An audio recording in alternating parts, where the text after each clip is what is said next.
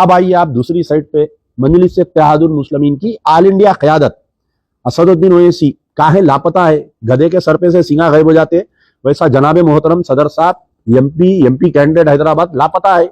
जाना ना साहब, आप बाबरी मस्जिद की बात करते, मथुरा काशी की बात करते, मस्जिद पे हमला हुआ, आप कहां लापता। 3 दिन से तांडव चल रहा वहां पर, 2 दिन तक तो मुसलमानों को घरों से नहीं निकलने दिया, आप नहीं गए वहां पर, पता नहीं है आपका। अच्छा, आपके हाथों को पैरों को मेहंदी लगी हुई, आप नहीं गए। आपके भाई कहाँ है जनाब अकबरुद्दीन ओवैसी, आते तकरीर में बाबा नगर के स्टेज पे आके फाड़ देता हूँ, चीर देता हूँ, आइंदा आइंदा तो मैं वो कर देता हूँ, मैं ये कर देता हूँ, मोदी को गालियां, अमित शाह को, फलाने को सब इश्तियालंगेज के गालियां देते आप कहा है बेटे, लापता है, गधे के सर पे से इनू भी सिंगा गायब हो वैसा गायब हो गए।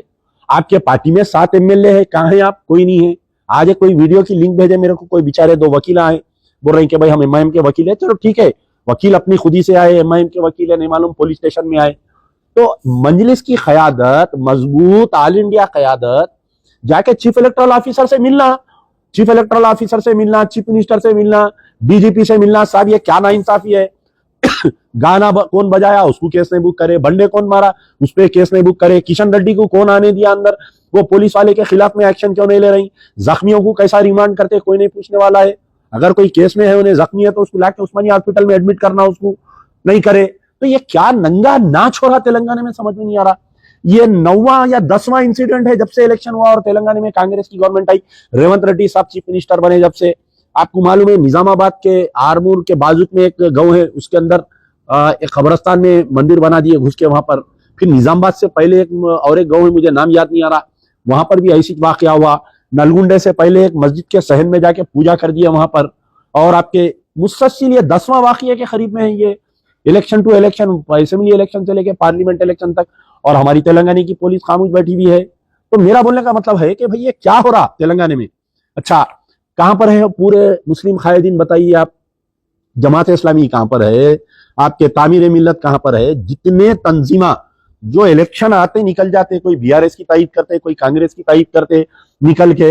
अरे भाई आज जख्मी बच्चों को तुम्हारे ले जाके जेल में डाल दिए, कोई है नहीं है मुसलमानों का पूछने वाला है, बताओ हैदराबाद में या तेलंगाना में क्यों ऐसी हमारी हालत हो जा रही, समझ में नहीं आ रहा मेरे को।